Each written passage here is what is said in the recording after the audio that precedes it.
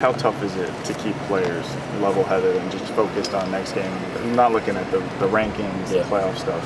Yeah, I mean, it's uncharted territory for most of our guys. Obviously, the same guys that were telling us how bad we were for the last 2 weeks, and we had no shot to beat Virginia Tech, no shot to beat Notre Dame, and now saying how great we are. So we ignored it then, we can ignore it now, and let's keep working and keep our heads down and keep grinding and keep earning the right to win.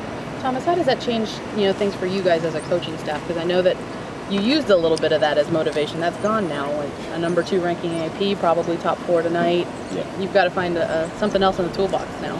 We'll find plenty of stuff. I mean, you turn the tape on, there's plenty of ways we can still improve and get better. Obviously, again, people are raving about how we played, and I think we did a really good job of stepping up to the challenge, but still a million ways we can get better, especially on offense. Obviously made some great strides, not turning the football over, only having one penalty, but we can still make a bunch more plays. So I think we're just scratching the surface offensively. The kids talk about when they watch the game tape, there's the poor plays.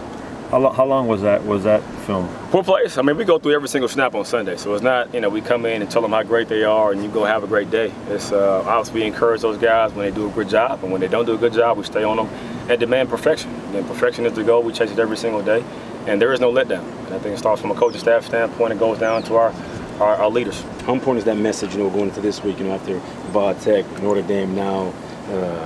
How, as a coach, make sure that. Yeah, I mean, we got to keep our foot on those guys and understand that there is no letdown. And I don't care who we play. The atmosphere might be different. It's not going to be 8 p.m. prime time. There's a very talented football team who's going to come in with every right, every mindset to come beat us. And we saw what happened a few weeks ago when we didn't show up and play. And it's kind of a tell of a different team from the last 2 weeks to 3 weeks ago. We got to do a good job of making sure we take care of business. And no matter who we play, show up and play Miami football every snap, down to down, the entire game. You know how it is. I mean, people want to short-side you sometimes. Talk about your red zone, how you guys are operating in the red zone. Are you seeing improvement in that area? Definitely. I mean, I think we scored 4 touchdowns in the red zone, which nobody talks about. Tell me about it when we don't score touchdowns. When we score touchdowns, nobody says a word about it. But I mean, it's part of it. Again, we're very demanding on our guys, and we should be, because again, we have high expectations. We have a bunch of talented football players all across the board. From a tailback standpoint, also those 5 guys up front are playing really well. Malik is playing well, Chris is playing well, and a bunch of receivers we can kind of put in there anytime and make plays. So again, the expectation level should be to score every time we touch the ball, get in the red zone. We're just trying to keep you motivated. Oh yeah, no doubt. It's working. When your field goal kicker sets a record for field goals made, how does that make your offensive line? That's phenomenal. I mean, points are points. We can never. Nobody really mentions it and talks about it until he starts missing field goals that we have, even from a snapper or a holder standpoint. You don't know those guys' name or talk about them until they screw something up, and those guys do a really good job of being locked in and being focused and being detailed in their work. Players say they're getting, texts from, former greats and all that stuff. How does that make you feel that people are, starting to recognize that this could be one of those type of teams? I mean, it's unbelievable. Again, I've been around a few different spots. I think this is like my 6th coaching job in like 5 years. There's no program, I'm not just saying this because I'm in Miami, but no program whose former players come back and support them like Miami does. And even growing up in Georgia, that was, I said it a million times, I was a huge fan of the program, and one of it because of that reason. I mean, it was the best players in the country that came here, most of them from South Florida, to take on the rest of the country. And obviously, they always came back and showed love to their fellow brothers. So there's a lot to live up to when you see all that. Oh, there's no doubt. It's high expectation. I mean, you look around this fence, look at the guys on the wall, look at the guys that come to that building. I mean, you're carrying on a legacy of great players who come here and pay the right for you to be here and wear this jersey.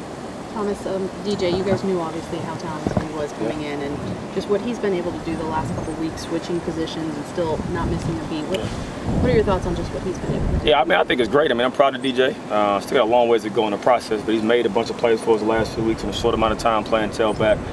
Been an unselfish guy the entire time. He played on special teams at the beginning of the year, didn't play a bunch of receiver, but obviously injury opened up an opportunity for him to come in and get on the football field. He's taking hold of it. He's coming in every single day and tries to find ways to get better and improve. And he's a alpha male type personality, which I think is good. Good for our room, good for our program, and he'll continue to find ways to get better. Is there a little competition between him and Braxton for a title of best Wildcat quarterback, or what? Well, I think DJ's winning right now. Braxton, probably talk about not having the opportunities to. But I mean, those guys are great together.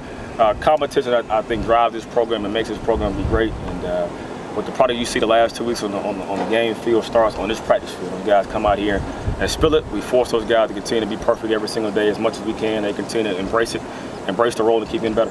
Did you notice a little more of a skip in Mark Richt's step after Saturday night's win, more than usual after the win? I think we all skipped a little bit, after that game. But I think Coach Richt is very consistent. Has always been consistent from the time I've been a player. Never really gets too high, never gets too low. I think he always has the right mindset and right attitude towards whatever situation that comes up. So it was obviously great to be able to see our football team show the way that we did in the face of when everybody was saying we're going to get slaughtered, we're not tough enough, we're not physical enough on both sides of the ball, and our guys heard it, we heard it, and I've got to keep it going. Can you talk about the alpha male personality a little bit? Can you elaborate that? Yeah. I mean, he's just a very vocal guy. Not arrogant by any means. He's a very humble guy.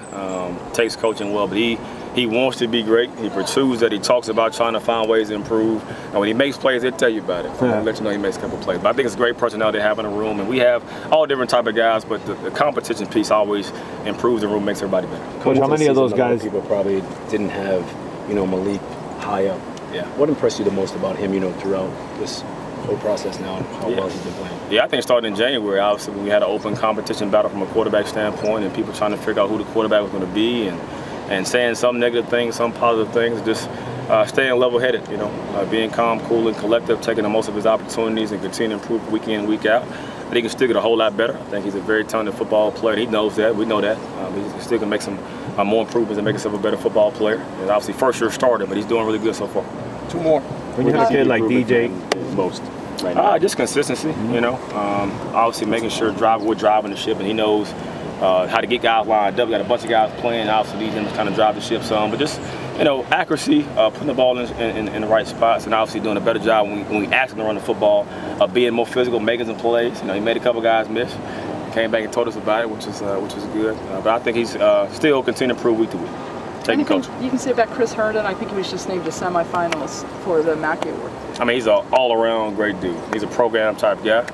Doesn't say a whole lot, as I'm sure you probably have noticed trying to talk to him, but he's a worker. He comes every single day and gives it up. He takes a bunch of reps. Almost every single snap he plays in the game.